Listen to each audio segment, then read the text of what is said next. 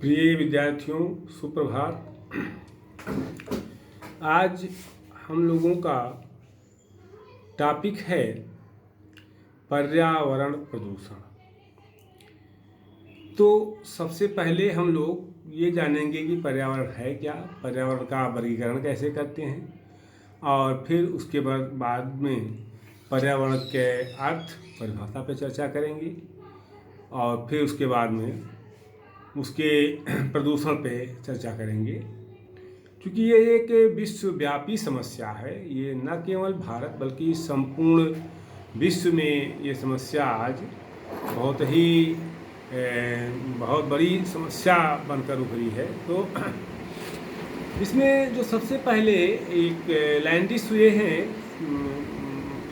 शिक्षा शास्त्री हैं, उन्होंने पर्यावरण को 3 भागों में बांटा है।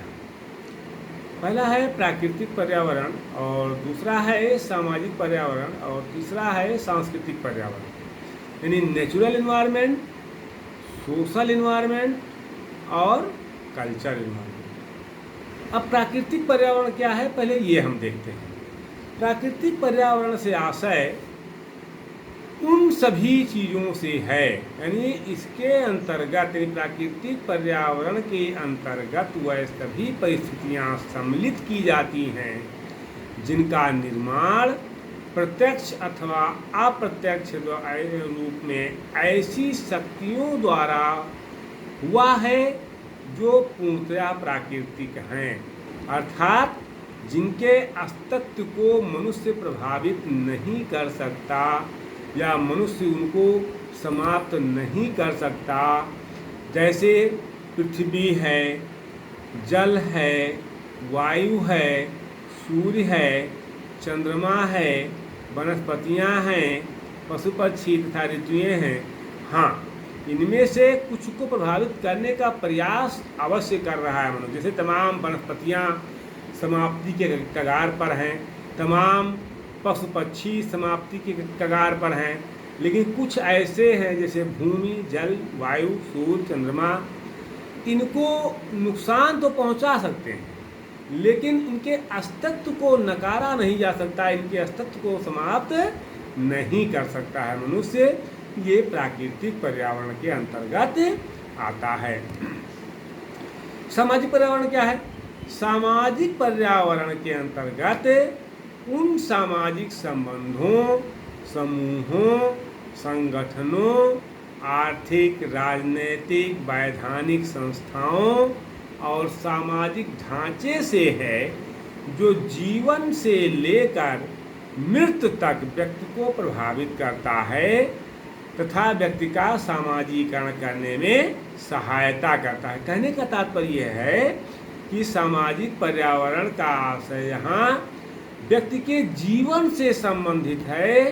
बालक का जन्म समाज में होता है, समाज में ही उठना, बैठना, चलना फिरना, खाना पीना, सारी गतिविधियां बालक समाज में ही करता है, और समाज में ही उसके अस्तित्व की समाप्ति हो जाती है, वो विलीन हो जाता है। ये सामाजिक पर्यावरण के अंतर्गत आता है। सांस्कृतिक पर्यावरण क्या है? सांस्कृतिक पर्यावरण के अंतर्गत अगर हम देखें तो इसके अंतर्गत नैतिकता है, धर्म है, आदर्श है, प्रथाएं हैं, परंपराएं हैं, जनरीतियां हैं, लोकाचार है, संस्थागत नियम हैं, प्रौद्योगिकी, व्यवहार, प्रतिमान तथा अन्य बहुत से नियम आते हैं जो सदैव हमारे जीवन को चारों तरफ से घेरे रहते हैं।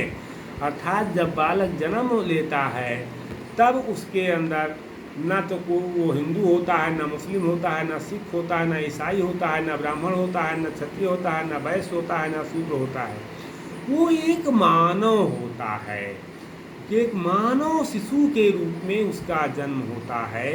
किंतु जन्म लेते ही हम उसको पहले इंडियन, अमेरिकन, पाकिस्तानी बनाते हैं, हिंदू, मुस्लिम, सिख, ईसाई, ब्राह्मण, क्षत्रिय, वैश्य, शूद्र बनाते हैं। उसके बाद हम उसको चारों तरफ से तमाम हमारी लोकाचार है, नैतिकता है, आदर्श है, परंपराएं हैं, जनरीतियाँ सब उसको घेर लेती हैं।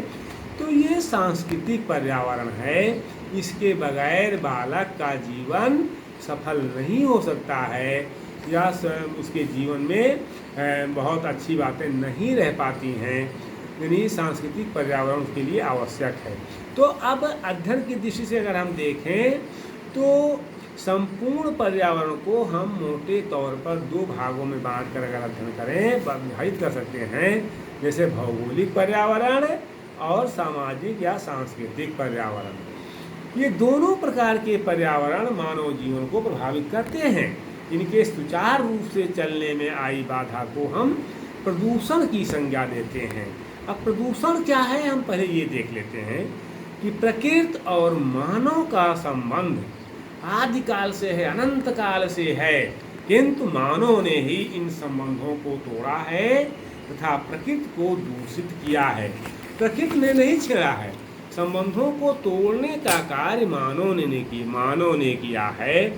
प्रकृति अपने क्रियाकलापों से वातावरण को स्वच्छ रखने का प्रयास करती है, किंतु मानव की विकासात्मक क्रियाओं के परिणाम स्वरूप प्रदूषण का जन्म होता है। प्रदूषण के फलस्वरूप प्रकृति का संतुलन बिगड़ता है, जो कि मानव जीवन के लिए हानिकारक है। प्रदूषण क्या है, इसे समझने के लिए हम ये कह सकते हैं कि किसी भी चीज़ की अति बुरी होती है। प्रत्येक जीव की पर्यावरण के कारकों के प्रति सहनशीलता होती है। इस सहनशीलता से अधिकता के कारण जीवन क्रियाओं पर विपरीत असर पड़ता है और सभी जैविक और भौतिक कारक इस पर जैविक और भौतिक कारक इससे प्रभावित होते हैं। कहने का आशय यहाँ ये है कि जिस प्रकार से सहनशीलता से अधिकता के कारण जीवन क्रियाओं पर विपरीत असर पड़ता है, ठीक उसी प्रकार पर्यावरण की भी निश्चित वहन क्षमता होती है और सभी जैविक और भौतिक कारक इस प्रकार आपस में या अन्योन्याश्रित क्रियाओं से बंधे होते हैं, जिससे एक कारक में हुए परिवर्तन का प्रभाव दूसरे कारक पर भी देखा जाता है या दूसरे कारक के अंगों पर भी देखा जाता है। संयुक्त राष्ट्र संघ में मानव पर्यावरण सम्मेलन में प्रदूषण की परिभाषा जो दी गई है वो इस तरह से दिया गया है कि प्रदूषण वह सभी पदार्थ और ऊर्जा हैं जो प्रत्यक्ष अथवा परोक्ष रूप से मानव के स्वास्थ्य और उसके संसाधनों को हानि पहुंचाते हैं, उसको नुकसान पहुंचाते हैं, वो प्रदूषण कहा जाता है। ये मनुष्य की वांछित गतिविधियों का अवांछित प्रभाव है। इन अर्थों में कृषि है, उद्योग है और औषधियाँ हैं, ये सब मनुष्य के जीवन के लिए उपयोगी होने पर भी प्रदूषण में भी सहायक होती हैं। क्या प्रदूषण में भी योगदान होता है? कृषि का कैसे प्रदूषण में योगदान है? आप कीटनाशक दवाओं को खेतों में डालते हैं पौधों को बचाने के लिए, वो बह करके जाता है समुद्र में, तो जल प्रदूषण होता है।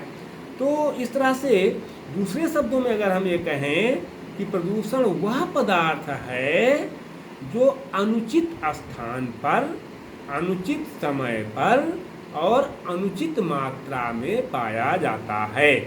आज पर्यावरण प्रदूषण की समस्या संपूर्ण विश्व की एक विराट समस्या, एक विशाल समस्या बन गई है, जिससे संपूर्ण विश्व त्रस्त है। ये वास्तव में विकास तथा वृद्धि का आशय जनसंख्या वृद्धि से है। ये विकास और वृद्धि का सहप्रभाव है। विकास के अंधाधुंध दौड़ में प्राकृतिक संसाधनों का अधिकतम उपभोग करने के लिए मानव प्रकृति से छेड़छाड़ कर रहा है तथा जनसंख्या वृद्धि प्रकृति के इस दोहन को और भी अधिक बढ़ा देती है, जिसके फलस्वरूप पारिस्थितिकीय संतुलन यानी इकोलॉजिकल बैलेंस बिगड़ गया है। जीव जंतु और वनस्पतियों की अनेक प्रजातियां विलुप्त होने की कगार पर हैं। अनेक प्रजातियां विलुप्त हो चुकी हैं और कुछ का अस्तित्व खतरे में दिखाई दे रहा है। प्रकाश, शोर व प्रदूषण के कारण जीव जंतुओं की दिनचर्या पर प्रभाव पड़ रहा है, यहाँ तक कि उनकी प्रजनन क्षमता में भी परिवर्तन आ रहा है, जिससे प्रकृति पर असर पड़ रहा है। परिणाम स्वरूप वैश्विक स्तर पर पर्यावरण प्रदूषण एक बहुत बड़ी समस्या बनकर उभरी है।